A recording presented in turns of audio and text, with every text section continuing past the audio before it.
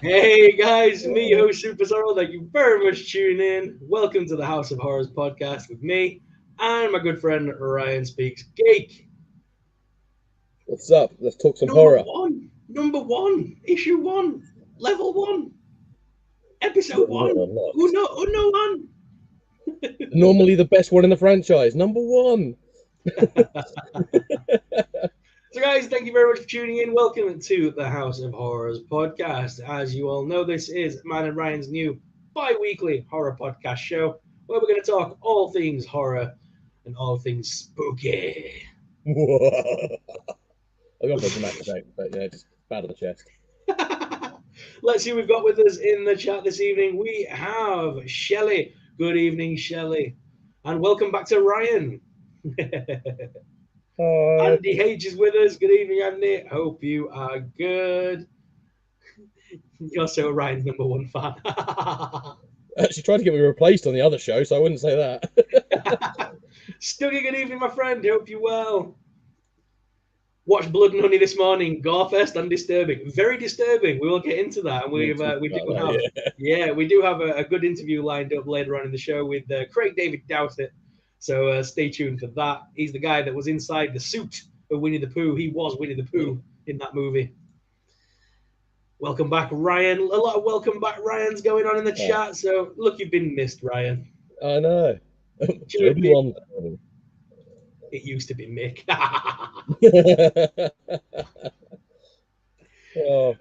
Ryan, it's as well, actually.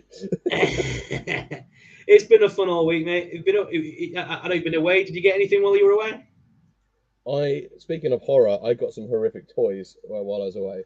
So I'm going to do like a little video on my own channel.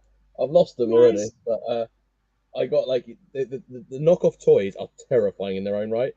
That's a horror film waiting to happen. A toy collector who only collects the horribly melted face toys from foreign countries that are like €2-3. It puts them all on the shelf and then they come alive at night with all their weird special features. Most of them are like humans with like lights in their chests. It's like there's a horror film in there, I tell you. Puppet Master 27, maybe. Puppet Master 27. It would be about 27 as well. There's been a lot of Puppet Master movies. Insomniac. Oh my god, I can't even speak. Insomniac. You like him in malfunction? I'm so sorry. I can't say the name. I don't know why. Insomniac. Instead of Insomniac. Insomniac. Oh my god. I quit. I'm sorry. Oh dear. Sure. I'm sorry. dear me. Everyone, but what a week for horror, because obviously we had SDCC. I should just San Diego Comic Con. Is there a subtitle feature I can add on instead of a cue card? San Diego Comic Con. Right? Oh. Yes, San Diego Comic Con was on this time, and it was there was a lot of horror stuff revealed. A lot of horror stuff. It was a little bit horror themed. It's almost like they knew we were doing this. It felt like though that like all the announcements were very much either horror or like old school 80s. There were a lot of like 80s inspiration going on, I noticed. It's a big wave of nostalgia coming, man. Yeah, so like everything was like Karate Kid, Bloodsport. There were all these like franchises from back in the day. We had Turtles, obviously there. There was a lot of Thundercats going on. Everything was 80s inspired, which I thought was really cool. Yeah, it's kind of going back to I think the thing is, like, now we're finding this perfect balance between people liking new licenses, but it's got to be really good. But like realizing that actually a lot of the adults are never going to let go of the old stuff. So just make the old stuff, but like better, or improve it, make different, reiterate it. I think it's good to have a good balance of the two. But that's what I liked about it. Like the 80s and 90s, for example, are like two really good periods for like modern horror, and I just think that lends itself a lot to those iconic characters as well. Oh yeah, definitely. Right, let's move on to the horror news, because we've got so much going on this week. It's insane. Yeah. So this one was interesting. So Five Nights at Freddy's officially has been given a PG-13 rating, which upsets me massively. It's going to be it's PG-13 for strong violence and bloody imagery, but it's PG-13. Oh. So I mean, The problem is there's so many kids that aren't meant to be playing it are playing it, that now so many kids who aren't meant to be watching it are going to go and watch it. It's a shame. I would have liked it to have been at least a 15. that's what I was hoping it was going to be, like a 15. But it's That is Blumhouse. I mean, and the guy gets his head cut off. So I'm assuming that would be like that's the bar. That's the bar we got set out, right? with it being Blumhouse, I just assumed this was a straight up American style R-rated horror film. I wonder if we're going to get a cinematic PG-13 and then a streaming 18. Yeah, that could be a thing. Like, Five Nights at Freddy's Unhinged edition or something like that. It would be called, or the Sleepover edition or something like that. I don't know. It would be something, but I reckon we'll get an extended or a gorier cut. Because I was always hoping they were going to do it, but they never did. Yeah, the Springtrap edition. But the thing is, like, the thing that's keeping this live for me, because everyone online's already like panned it off now by saying, "Oh my god, it's PG-13, leave it." But no, I'm still holding out a bit of faith. It's still Universal Pictures, it's still Blumhouse, and it's Josh Hutcherson and Matthew Lillard. Yeah. So I mean, it's got two very decent actors attached to it. I can't really speak for the other ladies in it because I don't really know them. But it's got Matthew Lillard in it, for God's sake. He's not, he's a decent actor. One of the nicest guys in Hollywood. He is. But also the fact that he's been in so many horror films. And then Josh Hutcherson, who's not been in that many bad movies in his later years. No, he's definitely he's done a lot of TV stuff as well. Like, he did a really funny series. I think it was called The Future Man or something like that. That was pretty funny. He's got chops. The kid's got chops. But I think it'll be good fun. But like I said, I think we'll get to get the money in for the box office. It'll be PG-13. Because let's be honest, most of the people who play Five Nights at Freddy's are not people who should be playing Five Nights at Freddy's. I feel like how we definitely shouldn't have been watching Alien, watching RoboCop, and Nightmare on Elm Street when we were that age. They shouldn't be playing that. Freddy's like, Five Nights at Freddy's is kind of like us staying up late to watch movies we shouldn't watch. That's their thing, is playing horror games they shouldn't be playing. So I think they'll get that for the box office, and then I bet you anything we'll get an uncut edition. Yeah, definitely. I still want to go see it. Oh, yeah, I'm still going to see it at the cinema. That's, I think, one film I will see on the big screen, to be honest. Finally, I can get you to the cinema. It can finally happen. I would even finally. Admittedly, I'm tempted to go this weekend and do the Barbenheimer and see double bill. There was actually, right, this is funny. So I saw on Facebook, someone was watching Oppenheimer and the screen, like the projector broke, and half the screen was actually in like a pink hue for the whole film. Oh. So someone actually said that they genuinely got the proper Barbenheimer experience. But one of the headlines that caught my attention this week was that the Haunted Mansion review. It's a faithful adaptation of the Dark Ride, and it brings a heartfelt look at grief from the Disney company. A lot of people are praising it. It's not got any bad reviews so far, really.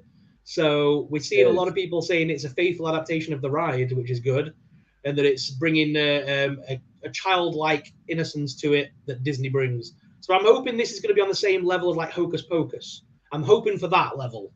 Like, I know it's not going to be a horror movie, but I'm hoping it's like Hocus Pocus 1 level. Like, it's what's cool for an adult movie. Yeah. That's what I would say. Like, I know what you mean. I wouldn't say I would never call it a horror movie, but like, it's a Halloween movie. It's a movie that it's always good to watch. It's Spooktober. I think it'd be one of those films that becomes like a staple. I'm hoping. I'm hoping. Like Hocus Pocus, yeah. I mean, the Muppet one was fantastic. So I mean, they've got a lot to try and beat on that. The Muppet one was ace. The fact that they made it a musical, that just helped a lot. Muppets and music. Yeah, in space. Can you believe that The Exorcist hasn't even come out yet, the new one, and we've already been announced that we know it's going to be a trilogy. We know this is one of 3. Yeah, and they've already named the second movie, and we've got a release date all ready for it, and it's already in production. So The Exorcist Deceiver will be the second movie in this trilogy set, and it's aiming to be in cinemas for April 18th, 2025. It's going to be good. 2 years apart for each movie. That's about good. Time. The trailer, though. Let's talk about that trailer, man. Oh man, 3.8 million views in one day. It's number 38 on the trending list for YouTube. It's all over TikTok. One of my favorite things. It is, and one of my favorite things is that use of the music. You know what I'm like with music in films. Yeah. This, like the trailer, using the tease of the two, like the first two keys of Tubular Bells. You know, just that. Just yeah, Yeah. I'm getting goosebumps just talking about it. I love it. Oh, Yeah. it looks scary. Yeah, when she comes into the church and she's talking, yeah. Oh, I can't remember what it was that she said, but yeah, like I said, they were gently breaking in the Exorcist tune bit by bit. And I Brilliant. reckon we're going to see the face back again as well. You know, the famous face from The Exorcist, that horrifying face. That really is almost like subliminal messaging in the original one, and I Oh can god, really yeah. see that. Yeah, and I can really see that coming back. I think I got a bit of a hint of it at one point in the trailer. I need to watch the trailer another 600 times, which I probably will do, and then I'll be able to make a thorough analysis. But yeah, like they did in the original one, I always loved that in the original one because like it was one of the moments where it made people go, "Did you see that?" Like Yeah, you weren't sure if you saw it or not because it was such a split of a second. It's so well weaved in that it didn't feel like it was part of the movie. It felt so odd. yeah, it almost felt like you weren't meant to have seen it. Like it Yeah, was like you were watching the movie, and then that bit wasn't meant to happen. Like that was a real demon invading your mind for a few seconds. It was so cleverly done because it was so subtle as well. But I think 'cause, I mean, it's Mark Kermode. Like I really love Mark Kermode, like the the film critic. yeah, Um, yeah. it's like his all-time favorite film. He will not hear a bad word said against it. And if anyone who's watching this gets a spare minute, I would recommend looking up Mark Kermode just talking about The Exorcist because it's very lovely to see because the guy talks about it so fondly. I think he's spoken to everyone who had ever had anything to do with it ever. But it's had a weird history with sequels and prequels though as a franchise. Mm. Like they're not always very good. It's been a very rickety, and I haven't seen them all. I know there's a couple from the early 2000s I haven't seen, which I think is Exorcist at the Beginning and Dominion prequel to the Exorcist. I haven't seen those two. Yeah, So I need the to. timeline is so convoluted now. But yeah, just to run through them all, we have The Exorcist, The Heretic, The Exorcist 3, The Beginning, the prequel to The Exorcist, and now we have Believer and Deceiver coming out, and there's the TV series, which had 2 seasons. I forgot about the TV series. I forgot they even existed. The TV series was okay. I actually liked the first season. The first season was good. I haven't seen it. Worth watching? Yeah, it's on Amazon. The first season's kind of a self-contained story, and then it felt like they got renewed and they didn't know what to do next. Like they weren't expecting to be renewed. Yeah, it felt like it should have been a one and done. Like it should have just been a TV special that were like 6 episodes long, done. They just really shouldn't have kept bringing it back. But it was the fact that the cast in it was so good. Um, I really liked the TV series. It was a very good watch. Oh, cool. Because I remember originally this was meant to be a complete reboot. Um, that's what they were originally going to do for this one, and Mm. then it was actually because of fans' reactions to the idea of it being rebooted, like to effectively remake the original Exorcist was such a sin, if you'll pardon the related pun, that they actually rallied against it, and they did change their mind and they rewrote it as a sequel. But it was originally meant to be a complete and total reboot.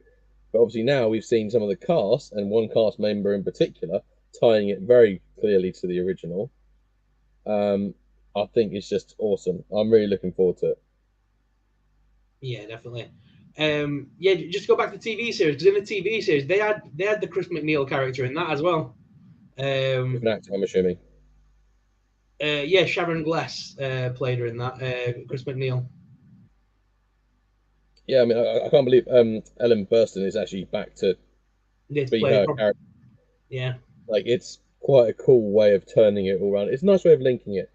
It looks like it's not going to be too many member berries. It's going to be like a good sort of just a good sequel rather than a, hey, remember when they did this? Remember when she did that?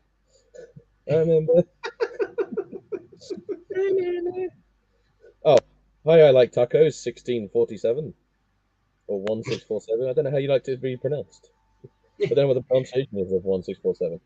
Sorry. If you watch the TV series though, because it's Alan Ruck's in it playing the father, and then it's about the two daughters. One of them gets possessed basically. It's cool because the TV series obviously is like I'm trying to look at it now. It's 10 episodes long, so there's like a good 6 episodes where she's getting slowly possessed. Well, whereas like a film's only got 90 minutes, the possession takes place in like 10 seconds.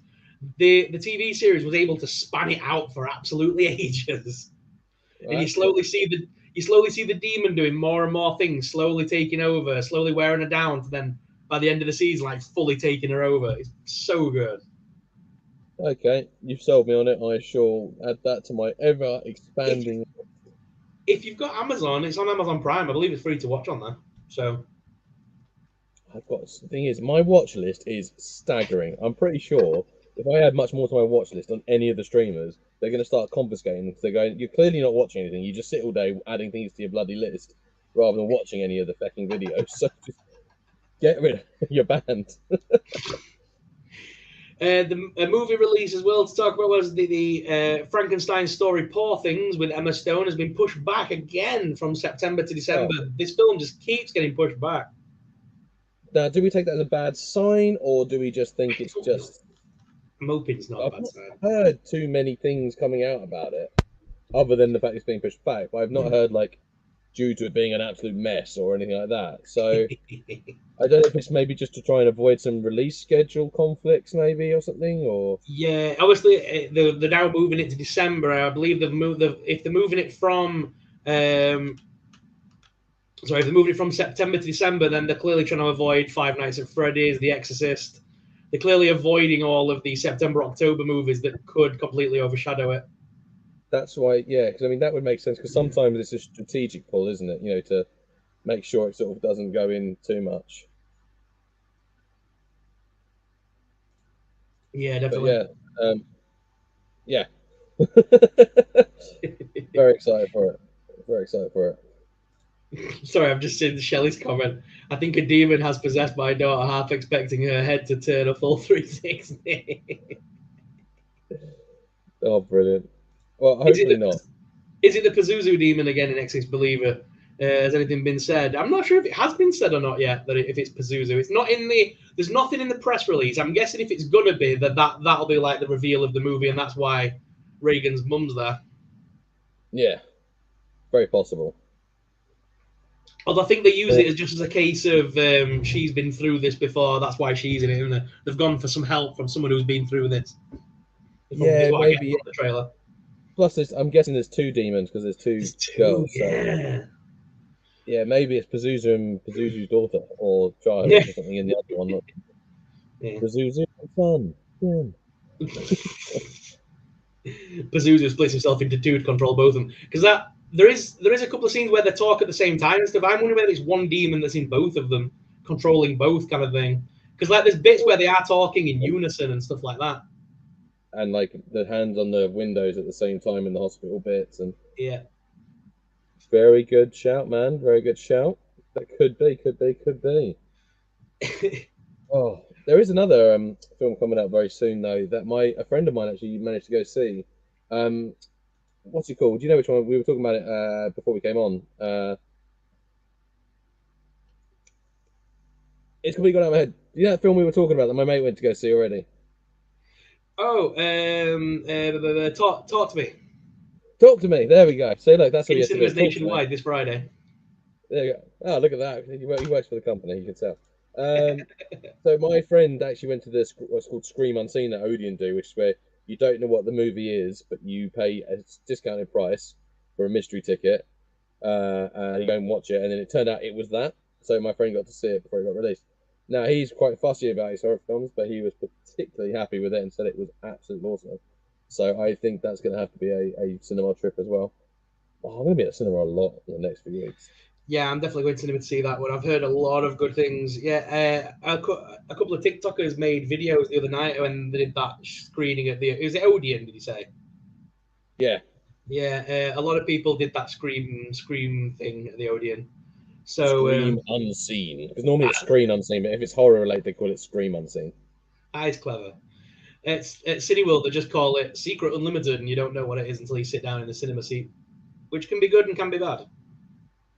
Yeah, I mean, we've had a few. I remember once when there was a what was it? It was people thought it was going to be Ghostbusters, that the new Ghostbusters film, and it turned Yeah. out to be this award-winning French film. And the amount of people that just got up and walked out like before the film was, I was like, at least give the film like a chance, like you uncultured swines. But like, just and I'm not exaggerating. I reckon it was a packed cinema, and I reckon there was about 12 of us left in the screen by the end. And it was actually a really amazing film. It was, you could see why it was award winning. And it wasn't even that long because it was a French film. It was like 55 minutes, I think, or something like that. And it was all about like sort of like a time travel aspect thing. It was really, really cool. But I think because it had subtitles, people were like, "Oh, I can't do that with subtitles," so they left. That sounds like something I'd do. To be fair, like, I have done that before. I have done that before where I've been to the unlimited cinema, and I can't remember what film they put on. It was some film about some jazz band in the south of America or something. It was some award-winning American movie, and I was like, "Nope, see it." Just like that, we never reached episode 2. Now here's a film that's coming out that is properly got my attention. Late Night with the Devil. The poster was revealed this week, which I'm showing on screen now. I think, yeah. And Late Night with the Devil is a supernatural chiller that tells the story of a live broadcast on a late night talk show in 1977 that goes horribly wrong, unleashing evil and the devil into the nation's living rooms. So it sounds like because they're broadcasting to people's homes, like it was a way of the demons getting to people's houses and stuff. So that sounds an interesting concept. That's really cool. And that's like a really old school poster as well. I love that.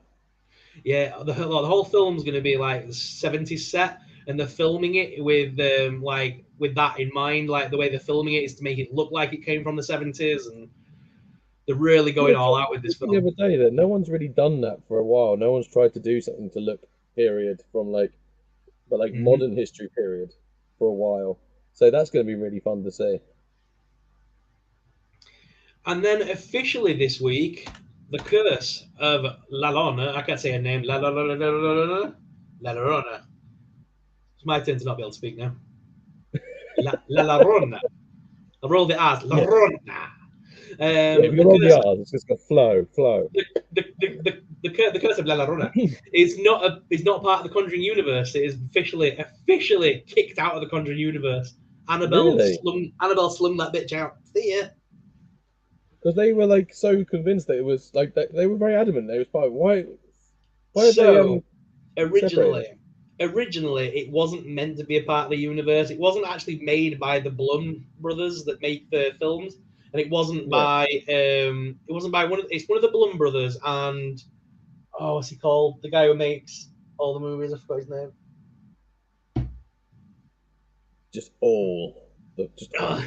Yeah, he makes all of it. He made like Paranormal Activity, and he's made loads of films. Them two didn't make La Llorona. They just produced it, and then they put Annabelle in the movie because they're friends with the director, and it was meant to be an Easter egg. But because people are so used to doing that thing now where they connect things, like back in the day when Roger Rabbit was in like a Bugs Bunny cartoon and nobody would make a big deal out of it because it was just funny to see Roger Rabbit in a Bugs Bunny cartoon, or Mickey Mouse interacting with Bugs Bunny, or you know what I mean? And it wasn't ever, it's a cinematic universe. It was just something that crossed over. Well, this was meant to be one of those moments where you just go, oh, look, Annabelle and the priest from Annabelle. Oh, cool. And then nothing else was meant to come of it. But because so many people were like, oh, yeah, that's in that film, and this is now linked to the Conjuring universe, they kind of went, all right, it's in the Conjuring universe. But now they're bringing it all to TV and kind of bringing the universe in. They were a bit like, well, she's not really a demon we want to keep around. We've got the nun. They don't really need two of them. No, yeah, you don't need like to do like an alien thing. I was like alien and aliens, like nun and nuns. Like, that's the sequel, Nuns. Sorry. The first nun was just one nun running around running away from the priest. This was a bunch of nuns chasing the priest. Game over, father. Game over. Why did you do this to me? Oh, it's not a bad thing though. The thing is, though, the first sort of instance of that was actually, speaking of aliens and the universe thing, was in Predator 2. James 1, that was it. That's the one. In Predator 2, there's a big trophy wall in one of the ships, and they had an alien skull on there just because they thought it'd be fun, like the Xenomorph skull. And there's a few other skulls in there as well, but like that one got particularly noticed, and it spawned the entire connection between Alien and Predator franchises. Sort of the first time that an Easter egg has gone from Easter egg to core lore, as it were. So technically, Annabelle with the yeet on La Llorona. Jesus, yeah. Okay, that's surprising, but they can do what they want. My feelings on over connection anyway, so I can totally get why if they want to separate things. Yeah, definitely. Right. So that was it for the news. That was all the news this week. So, shall we jump in with horror news? By the way, just to clarify, there was more things that happened in the world. That was the end of the horror news. Just to clarify for everyone. Shall we jump in with our special interview? Let's do it. Yeah. So, ladies and gentlemen, we had a very special guest this week with us. We got to speak with Craig David Dowsett, the actor that is Winnie the Pooh in Blood and Honey. And we want to share that with you now. So let's roll the tape.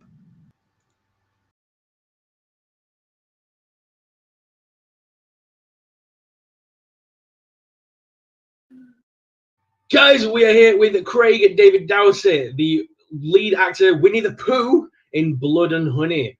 I can't believe we've managed to do this, Ryan. This is episode 1, and we've got like one of the lead actors from an awesome movie. As you mean to go on. Let's not keep him in the wings waiting.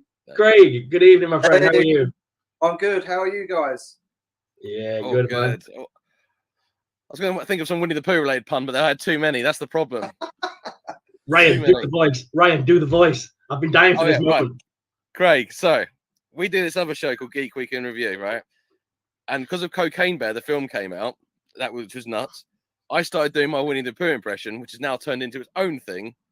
So now all I can say is, "Welcome, Craig, to the House of Horror podcast. No bother." Brilliant. That's awesome. We need to take bits from. We need to take clips from Blood and Honey and stick that voice over it. I'm telling you. Yeah, definitely. If only you never left, Christopher Robin. So many lives could have been spared. Well, there is a sequel in the works. Just gonna throw that out there. Throw yourself in there. But Craig, it's really cool that Blood and Honey has been as popular as it has been. What's it been like since it came out? Did you think it was going to be this popular? No, it's been insane. It's been such a magical ride. I mean, since we first dropped the first images last year, people thought it was a hoax at first, and then it just grew and grew and grew.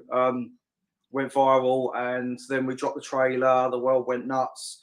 And yeah, it's been amazing. It's been so cool watching it build and build and build, and then the release hits the cinemas, and it's awesome.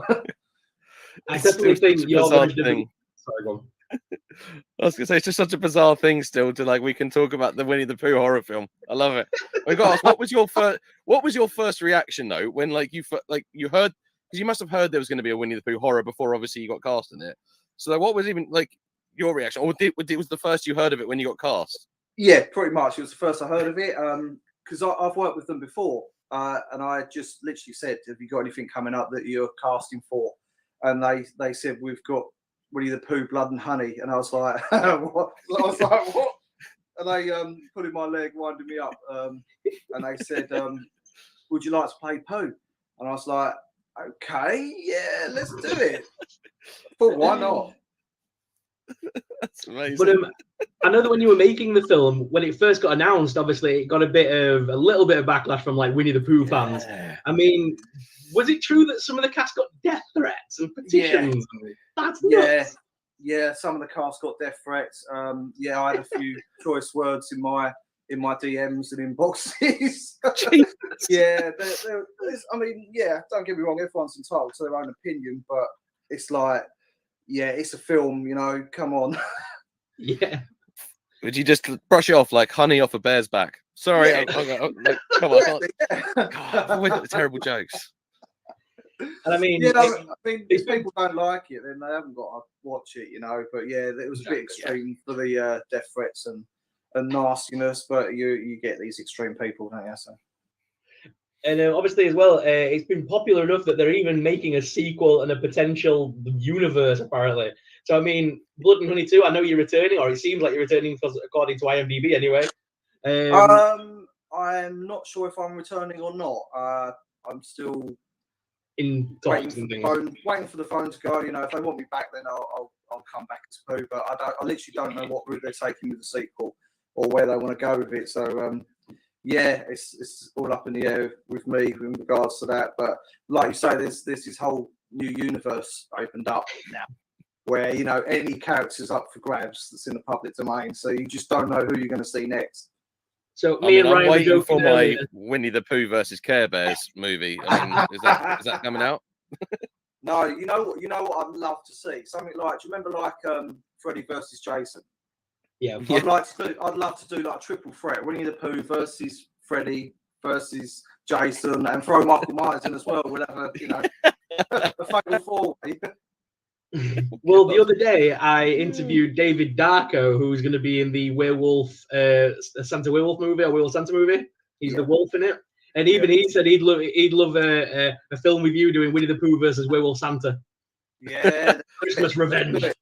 Yeah, I love that. Yeah, get in touch. Let's do it. I've been a bad bear this year, Santa Werewolf. A very bad bear. I mean, after rewatching the film again, because we knew obviously we were going to be interviewing yourself, me and Ryan both rewatched the film, and I'm telling you now, in the sequel, Tigger, they need to bring Tigger in as Winnie the Pooh's adversary. They do, yeah. I mean, he was still copyrighted for the first film, so I don't know who they're going to bring in, but I'm sure there's more characters coming. Yeah, I read online that they wanted to do Bambi. I mean, I'm just picturing what they're going to do. Like, if they do it the same as how they did the monsters for like the Winnie the Pooh, what the hell are they going to do to Bambi? I know, yeah. They want to do Bambi the Reckoning and Peter Pan Neverland Nightmare. Yeah, that one's to be. I'm just looking forward to all of them. I love it. I tell you what, if you want to get weird looks though, rewatch Blood and Honey on an airplane. That is a place. So I've literally come back last night when we're recording this. Last night from holiday, and I was like, I'm going to rewatch it. I'm going to rewatch it on the plane. It's nice, casual, easy viewing on an airplane. But you know, obviously, people always just glance. I got quite a few double takes as people walking past. So this is me, my little phone screen, just watching there and seeing like Winnie the Pooh like smash someone's head in. It's like, it's a family picture. Someone's head over in the car. Yeah. Oh, I just such a grim death. I just loved in the film the fact that they obviously they spent so much time on the Winnie the Pooh thing, like making Winnie the Pooh look like Winnie the Pooh. But then like you had Piglet that was literally just a pig mask, and he looked chasing people. It was the funniest thing ever. I love it so much. I love a good B-list movie, but I think Blood and Honey has the legs to like become like iconic. A little bit like Art the Terrifier came out of nowhere. That was a little iconic picture. And I mean, same as this. I mean, this has got legs, man. I love this film. Yeah, Terrifier guys have absolutely smashed it, haven't they, with what they've produced. Hopefully Winnie the Pooh can go on and have a cult following of its own in time to come. That'd be great. Yeah. And I know you're working on a project right now, the house that zombies built. Can you tell us anything about that, or is it under massive secrecy, or? I can't really talk about it. It's already been shot. It's in post-production, and I think it's going to be released probably around about May next year. So yeah, you'll see me in a couple of bits and pieces in that. And yeah, I've got a new project that I'm starting in a couple of weeks' time, and then a couple more after that. So yeah, all that I've got lined up, NDAs, etc. But yeah, I've got some good stuff coming. Oh, God. You always want to be like that guy like sort of goes, oh, but let it slip, and then but you also don't want to be that guy who then ruins someone else's job because you let it slip. So, so exactly. We'll just have to settle for secrecy. It's fine, whatever. I've got to ask though, right? So wearing the Winnie the Pooh head, because when I was rewatching it, it sounds stupid. When you watch it the first time, you have like the impact of it because it's shocking. It's different to me. When you rewatch it again for the back, you start like looking at all the little details and stuff like that. The Winnie the Pooh, like the head, is fascinating because it's like it's so close to its design, but obviously no one's really done a grown up Winnie the Pooh, as in like one who's grown up from being the cub to being like the full giant bear. And, like, was it uncomfortable to wear? Could you see in it? How does it work? Like, gotta talk about the head. It was quite a challenging mask to wear actually. It's very heavy. The weight of it is probably weighs like 5 kilos. It's pretty heavy mask. Yeah. The visibility wasn't so great at the start because it wasn't custom fit to my head. At the start, it kept slipping down over my eyes. So I had to wear a thermal hat inside that to build up a layer on my head so it wouldn't slip down over my eyes, which then ramped up the heat. It was like a sweat box inside there. I couldn't breathe out of my nose because there was no nose holes and there was no ear holes, so I couldn't hear nothing. Wow. Other than that, it was swell. Yeah. Easy, absolutely easy. Did you ever just like walk off set and then just go and like buy a drink from the shop? Just being like normal. You know what? Funnily enough, after one of the shoots, I still had the yellow eye makeup around my eyes. I completely forgot about it. Took the mask off. Got in my car to travel home early hours of the morning. Stopped to fill up with petrol. I love that. Comical. My favourite scene in that film is where Winnie the Pooh's driving the car and he runs over the girl's head. That is just that bit. It just cuts to Winnie the Pooh in the car. That's the best. Yeah. That's one of my favourite kill scenes in the film. That is just doing that. That's so much fun to film as well because you had the darkness, you had the smoke machine going. You got Winnie the Pooh in a car, which no one's ever seen before, and just like the anticipation of it because she's tied up on the floor. I'm revving the car and it's just building up and then the gruesomeness of the head being crushed. I totally thought she was going to get out of it. I thought she was going to go in like her legs thing, like she got out of it and her legs were going to be like crushed and then it was going to be like some. But I was like, oh no, they've just gone for it. Wow, they've just full on her head is gone. Did you have a favorite kill in the movie? Like you said that was like one of your favorites. Do you have like one? Like, do you have a favorite or? That's probably the most standout one for me. The other one I like is at the end of the car explosion. Basically because that was just a good grand finale at the end. The car goes up, bang, and then just terrorizing them, slitting her throat at the end because it lingers for a bit, so you're not sure if Christopher Robin's going to talk him down, if Pooh's going to back down and not do it, and then suddenly he's just like, screw you. Did not see that coming. No, it's a very abrupt ending, isn't it? It's a very abrupt ending that he just slits her throat, shoves her down, and then it just ends with him just screaming. It's crazy. That's like the one line in the movie, isn't it? As well, like there's like one line. Yeah, because the voice is still copyrighted. I can't speak like Winnie the Pooh. Plus, it wouldn't really sound scary either if I was like, "Oh, hello, everybody."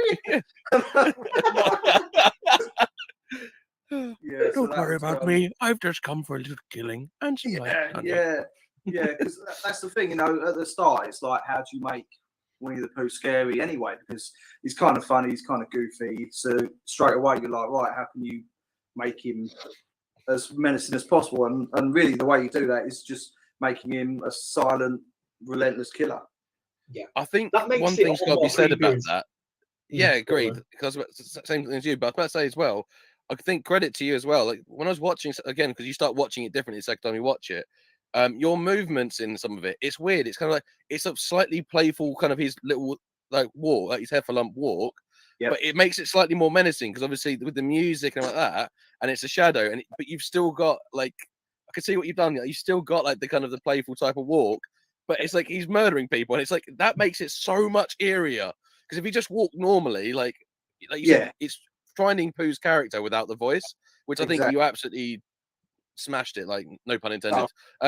Absolutely nailed it.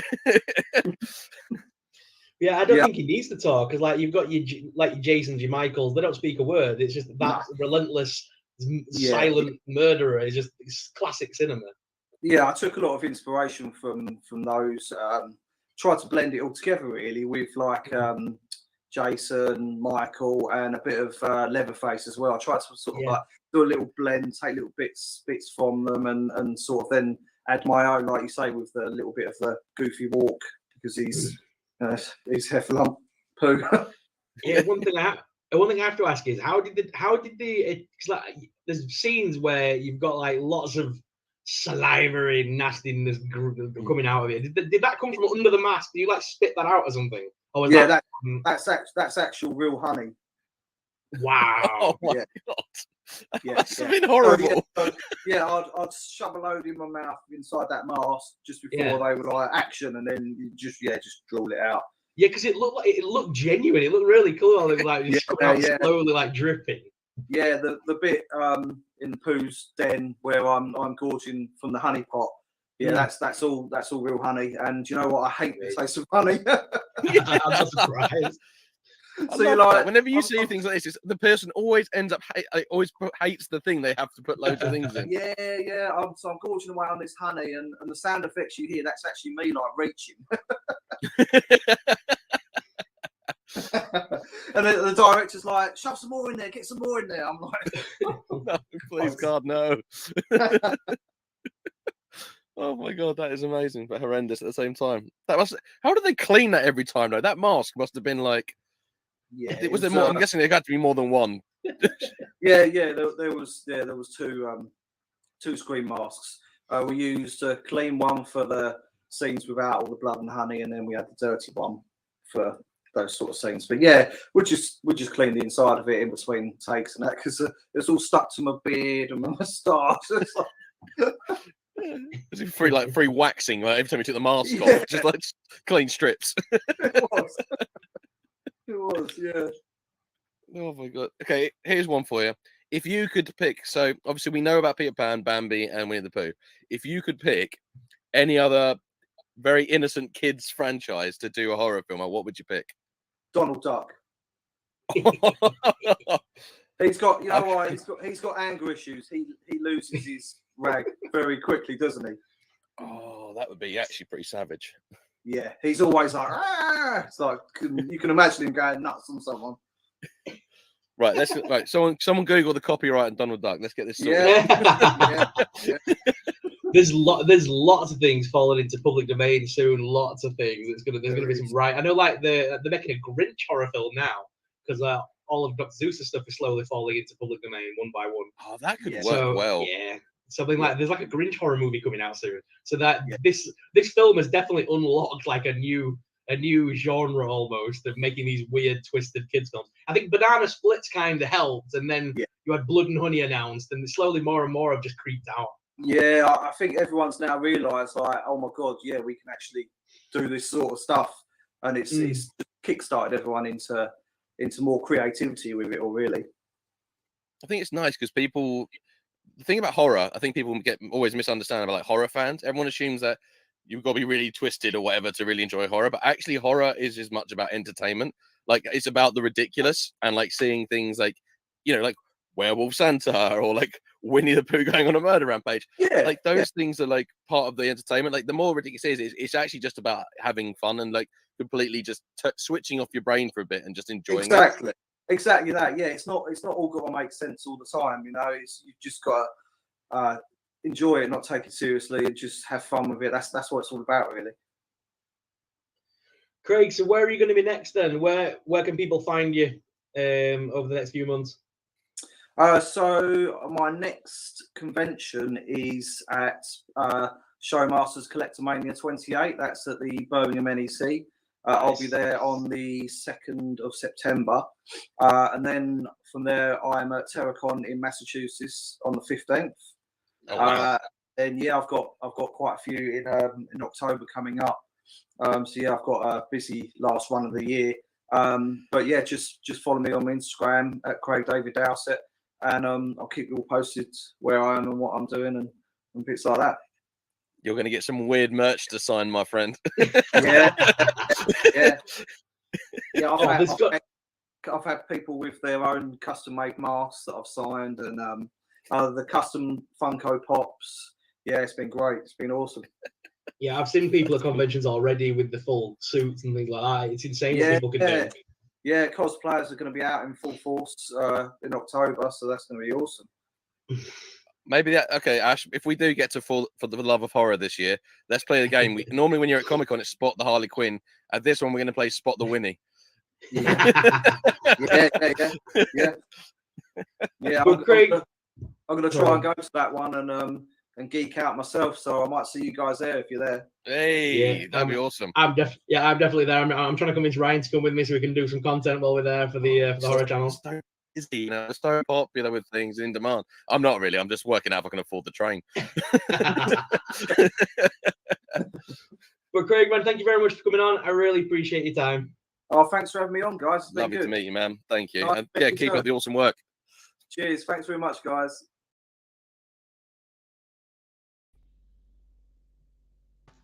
Hey. What a dude. He's such a cool dude. I can't believe we were just saying this backstage. I didn't realize at the time he was wearing a Winnie the Pooh shirt. He actually had a Blood and Honey shirt on. I didn't even realize. I'm sat watching it and I can just see this little Winnie the Pooh popping up now. Just to be absolutely clarified, right? I am in a Blockbuster t-shirt and hat. In case you weren't aware of what I was wearing, I was a bit worried. He was such a nice guy. He was such a nice guy, and the fact that he was saying that it might come along to For the Love of Horror in Manchester, that would be so funny if he's just in full costume, and yeah, it'd be so fun to see. Such a cool guy. Awesome. But while we were gone, Kane Weatherall has popped in. So hi, Kane, and Geek Strong as well has popped in. So thank you, Geek Strong. But yeah, that was a fun first interview. I think I enjoyed that. Yeah, me too. I was really chuffed with that. Spot the Winnie or spot the Pooh. Lovely guy. Oh, spot the Winnie or spot the Pooh. Spot the Winnie, definitely. Spot the Winnie sounds less horrific. Let's move on. Obviously, we do have a giveaway as well for this week's episode. For the first week, we do have a giveaway, courtesy of our friends over at zombie.co.uk. We have Jada Toys Universal Monsters Frankenstein. So to be able to win this, you've got to make sure you are a subscriber to the channel and to Ryan's channel as well. And please leave us a comment in the chat with your favorite Universal monster. We will enter you all into a giveaway next week, and I'll do the spinny wheel of doom live on the channel till we get a winner. So yeah, got a comment down below in the chat right now, and let us know your favorite Universal monster. If you're watching this back on demand, do it down below in the comments. But you do have to tune in live next week to be able to claim to win. And not next week. No, week after next. Week after. Yeah, next show, which will be 2 weeks' time. It's bi-weekly. Thank God you caught that. Yeah, so the next show will... saying weekly, aren't we? So. We're so used to it. So the next horror show will be on the 9th of August at 8:30 p.m. our usual time, and I'm just getting something to pop up on screen. But yeah, thank you to our good friends over at zombie.co.uk who have donated the Frankenstein for us to give away. Please do check out their website. And we will be back, as I say, on the 9th with... this is so rambling so much just to get this on. I know, I could tell you're just like delaying this. Like, come on. You got it. We'll be on next week. No, on the 9th. Jesus Christ. We'll be on the 9th. Where we will be discussing Werewolf Santa with David Darko.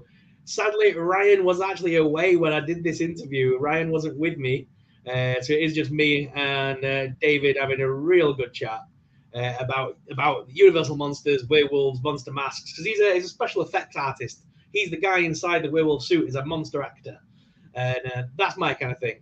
I think I said during that interview, and I'll say it now, and I think I said it on Geek Week as well, was my favorite thing is the proper old school monsters, like Lost Boys, where they wear prosthetics rather than CGI. Yeah. I always think prosthetics look good now, just as like they did back in the day. I think that's why films like Jason, Freddy, Michael have lasted the test of time. Because if you look back at that first Harry Potter film now, which is predominantly CGI, it looks terrible. The troll bit, the bits on the broom. Troll. The troll is the worst. Shelley, So... Shelley's been disqualified from the competition.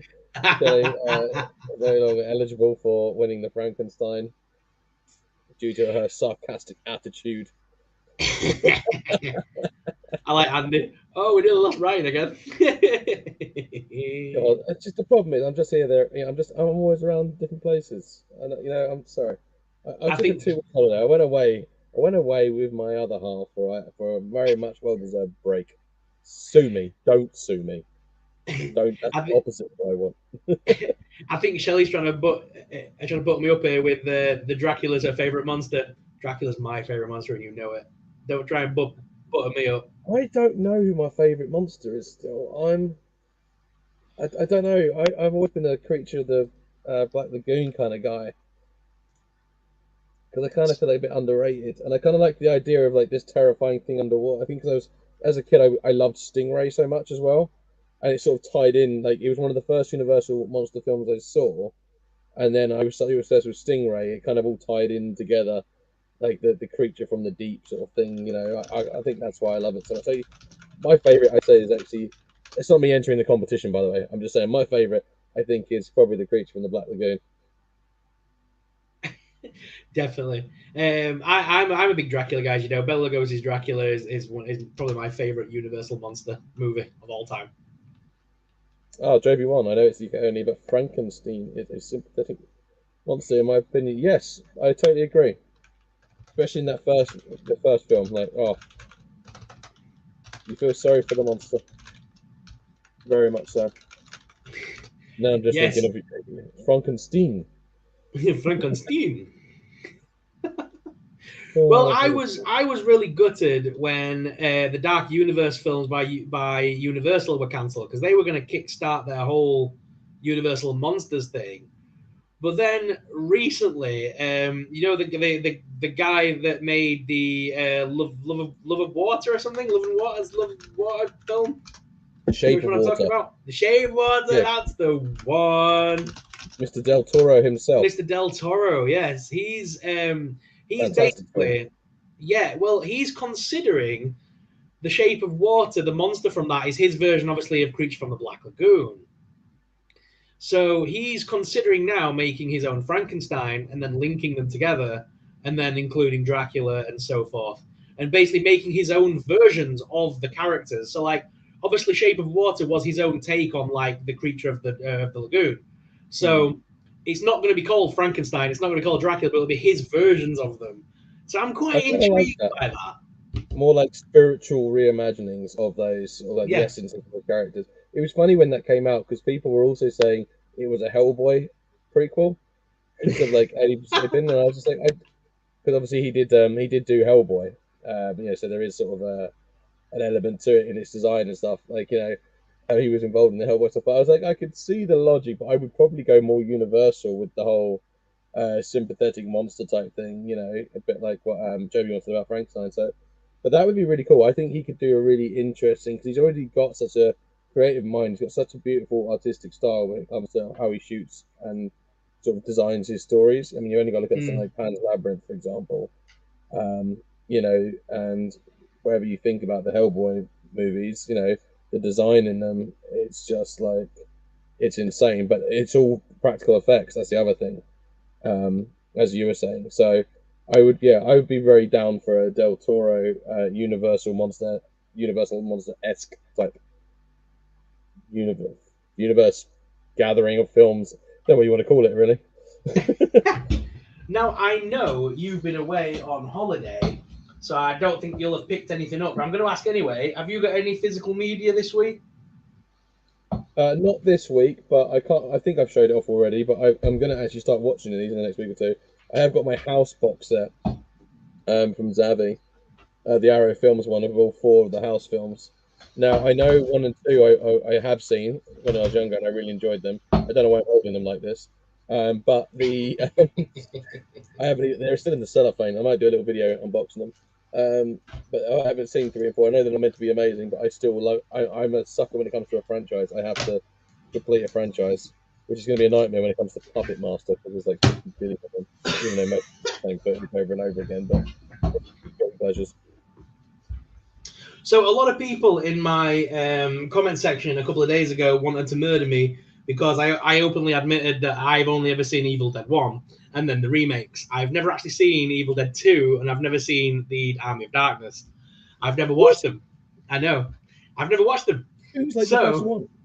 I know. So basically, I picked up Evil Dead 2 from HMV the other day, so I'll give that a watch. Such a good film. But I know this is not horror, but it falls into the world of darkness and horror and Halloween and wonderfulness. Yeah. When the freak did that come out? Addams Family 2, when they go on holiday, when did that come out?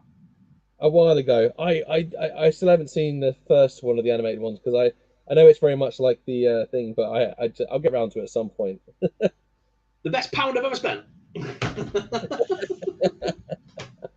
But in all seriousness, a lot of people recommended The Witch. It's a V, but it's definitely meant to look like a W.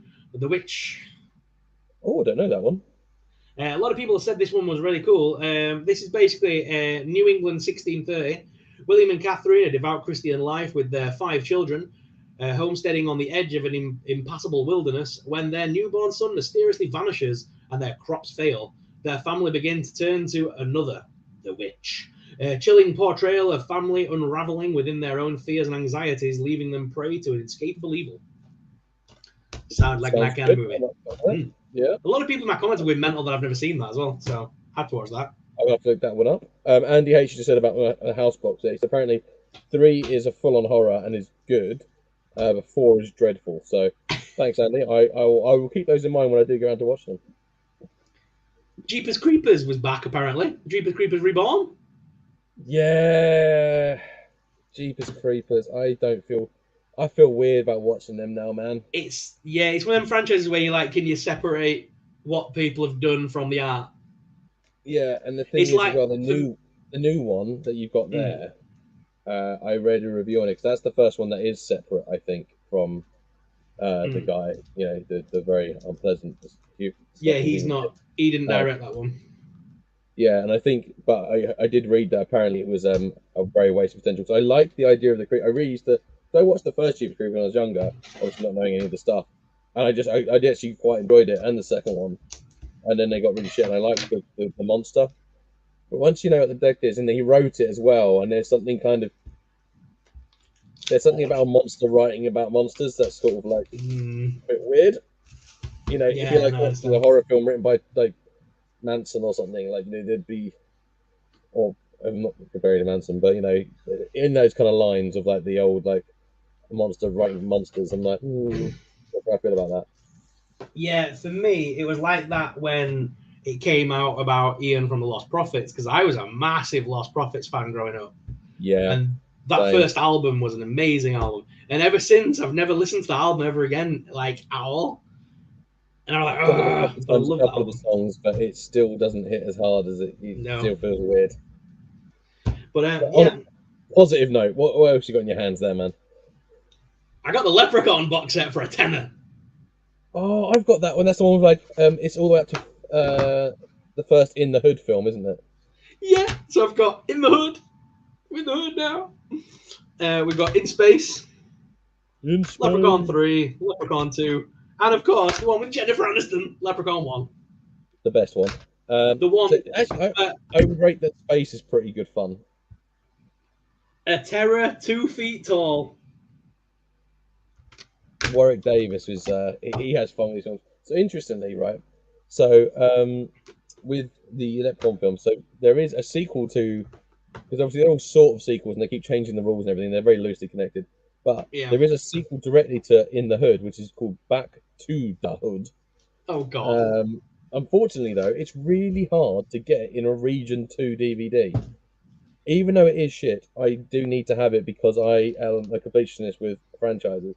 And Leprechaun Back to the Hood, if anyone's got a copy of Region 2, I would be very interested in taking it off your hands. Because let's be honest, you don't want to watch it. Give it to someone who does. Send it my way. Oh yeah, we'll strike a deal. But yeah, Back to the Hood for some reason is very hard to get hold of in the UK.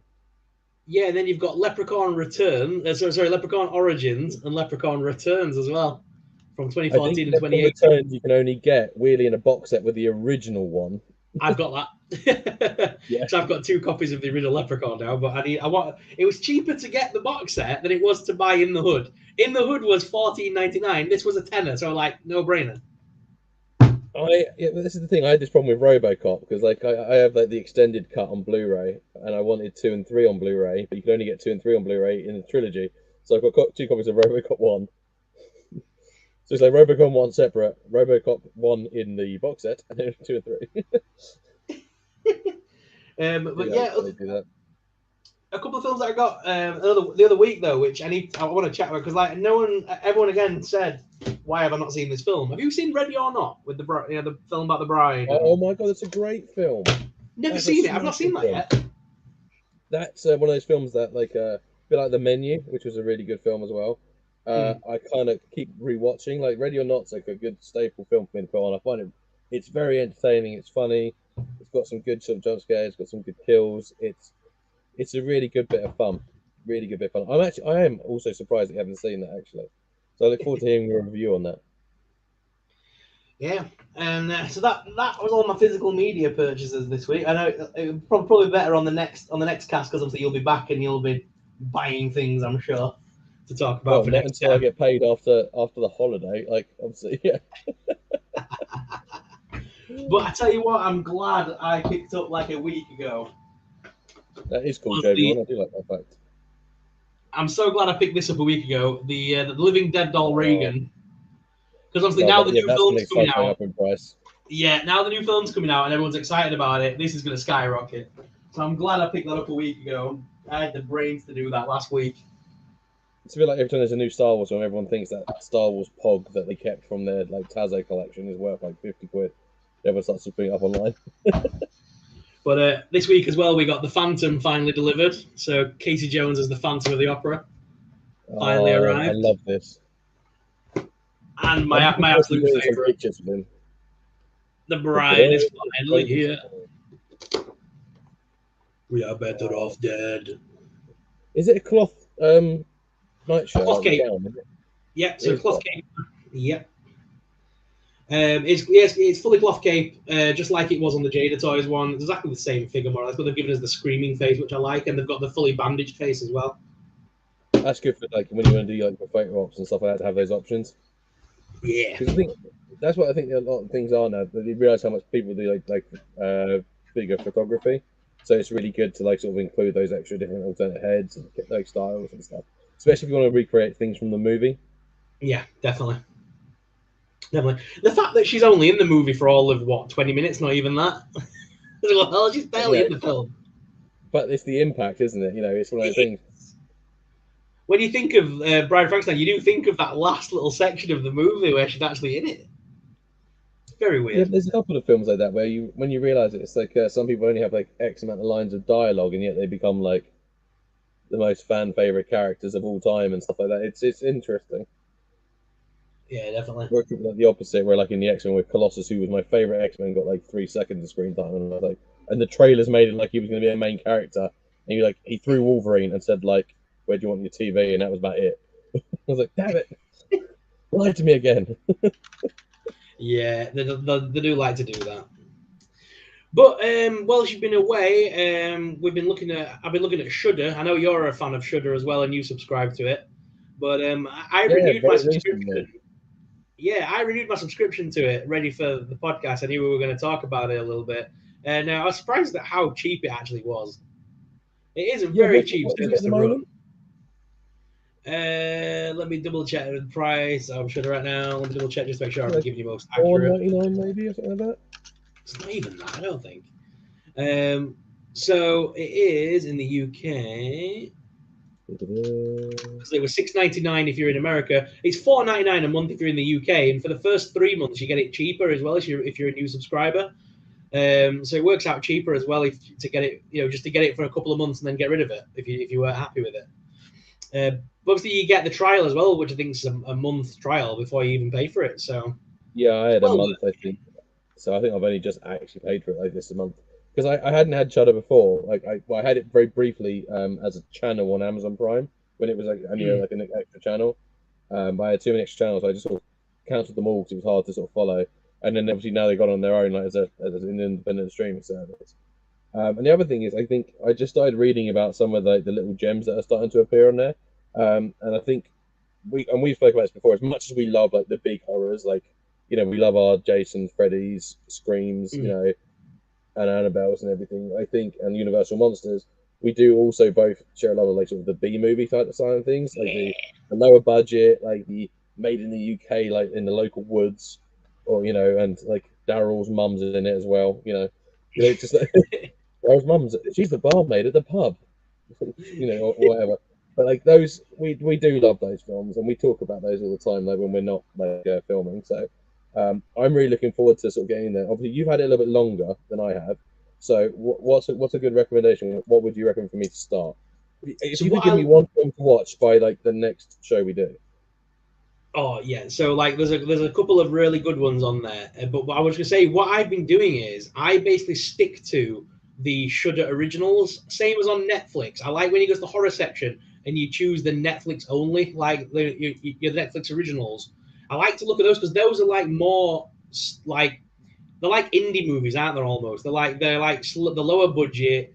They're a bit more like by fans for fans, or that's kind of the feel I get. But on Shudder, the Shudder originals are starting to appear in like HMV now and places like that. They're starting to get like proper Blu-ray releases and stuff. But there is. Oh yeah, but there is a film on there right now that I definitely think we should watch by the next podcast, which is called I can't see if I pronounce this right. Skinamarink.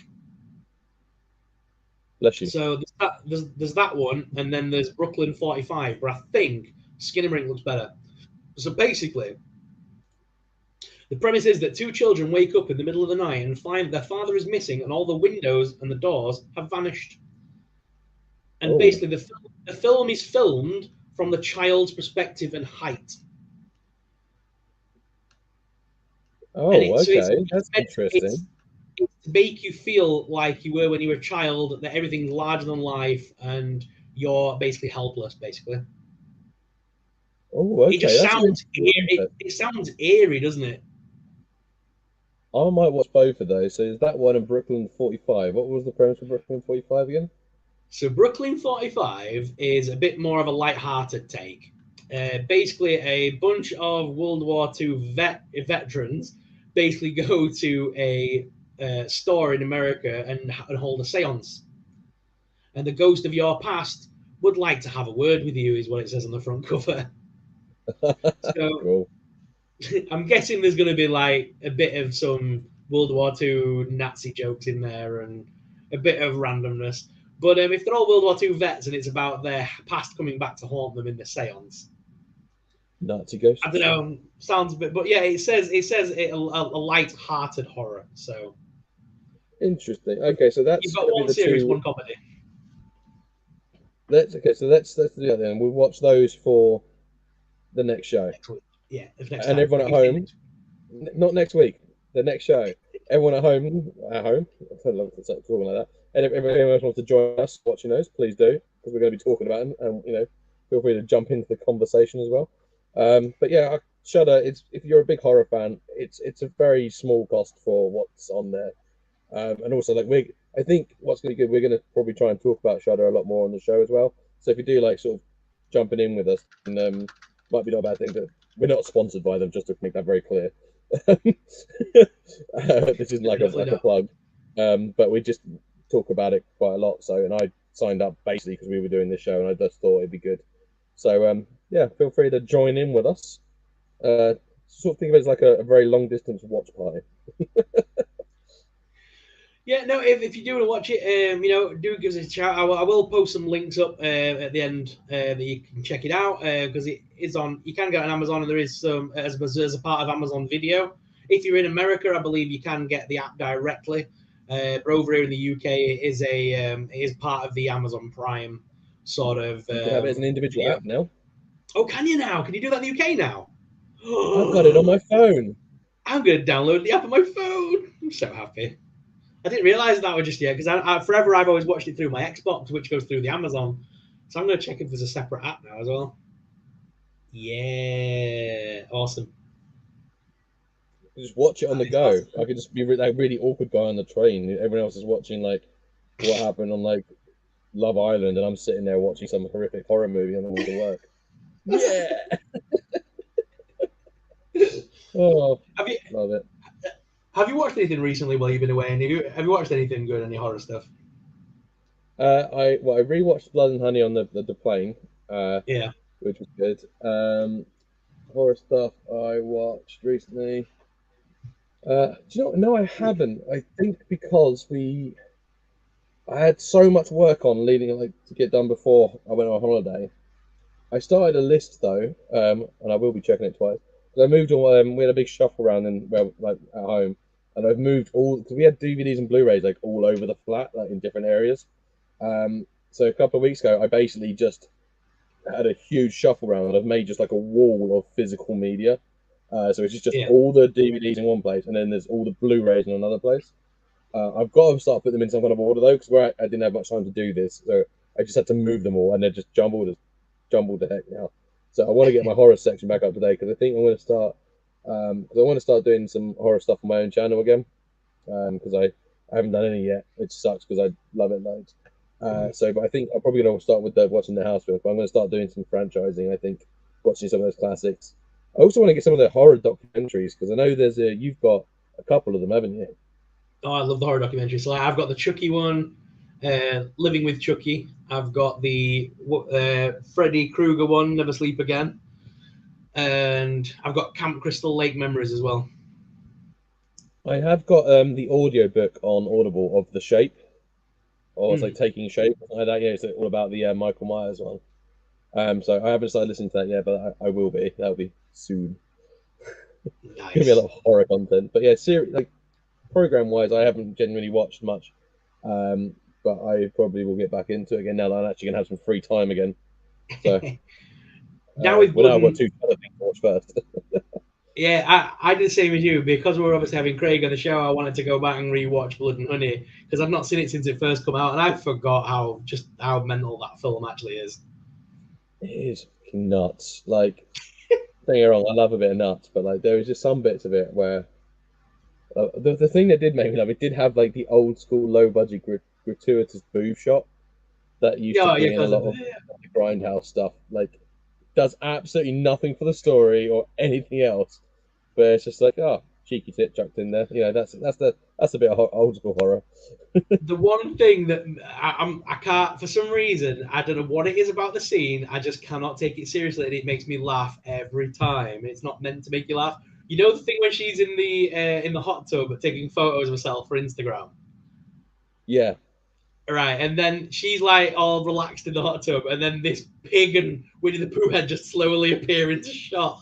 And it's because the masks look so funny by comparison to the scene. They just slowly appear into screen, like, what is going on? It is so messed up. Oh, that is one little disappointment I have is about the piglet mask. Yeah, because it was just the Pooh mask they spent a lot of money on. It made it look really cool, and then Piglet was just a pig. Yeah, it just didn't seem to have. I don't know what they could have done too much to make it look. Maybe it's the tusks if it didn't have the tusks or something. I don't know. It's more like a warthog pig mask. I don't know.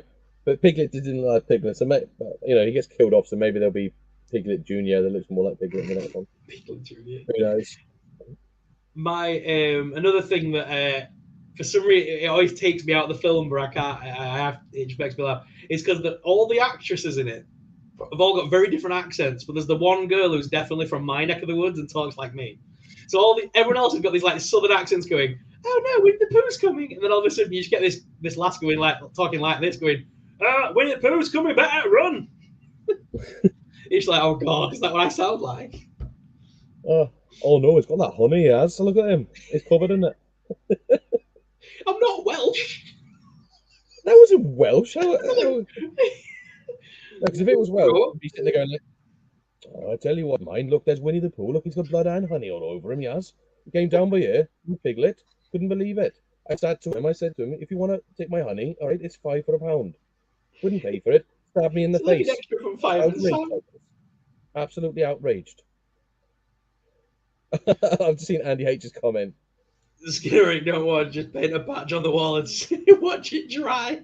Sit and read the phone book, pull you back to you. Oh, is it that bad? Welsh Yorkshireman. That is actually coming to Shudder soon. A Welsh Yorkshireman. Andy, on a scale, what would you rather watch? My film again or Skinamarink? Skinamarink or The Last Man? You have to pick one as well.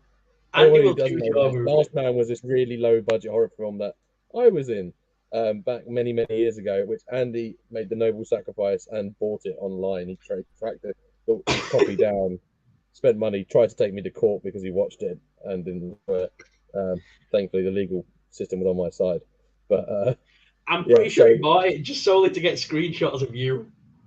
Wow, Last Man on repeat for 24 hours, 7 days a week.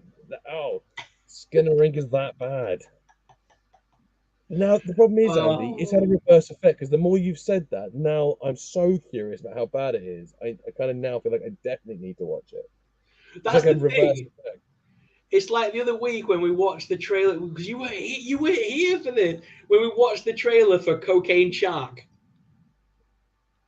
Oh, what? You and Jake on the Geek Week? No. Me and on my live stream when you were away, when I was like building up to the horror podcast, I did my own live streams for a bit, doing some horror stuff. And Andy recommended us watch the trailer for Cocaine Shark, and oh my god, it was the most low budget thing I've ever seen in my life. There's literally a bit where they're looking through, like they're in like a lab and they're looking outside, and it is literally a green screened plastic shark heading toward them in slow motion, like this, going slowly past the window.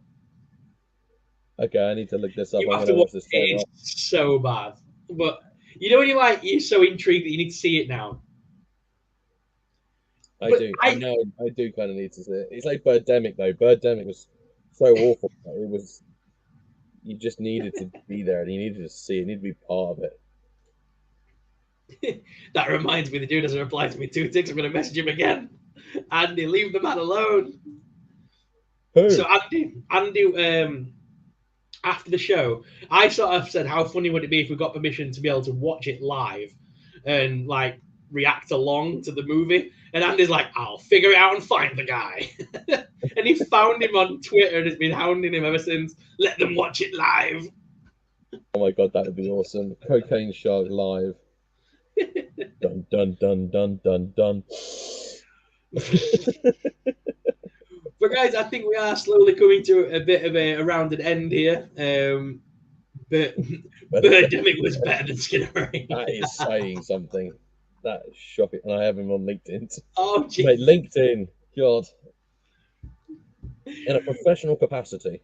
But guys, I think we are coming to a bit of an end here. So thank you very much for tuning in. We have given you a little homework. If you want to watch along with us, Brooklyn 45 and the Skinamarink movie on Shudder. It's $4.99 to subscribe to Shudder. Highly recommends. Yeah. $4.99 to subscribe to Shudder, but we're going to be choosing movies each and every single week from there because we think that's going to be better. We'll choose all the originals and stuff like that. We're probably going to go through and do a watch party every now and again, so tune in. And thank you very much for watching. Ryan, do you have anything else you want to add? I want to add more space to my flat so I can put more DVDs in it. Sounds like a plan. Oh, did you mean to the show? Oh, in that case, no. So, guys, thank you very much for tuning in. As always, I'm your host, SuperSorrell. That's Ryan Speaks Geek, and we'll see you in 2 weeks' time for the next episode. House of Horrors will be back, and we'll see you real soon. Goodbye.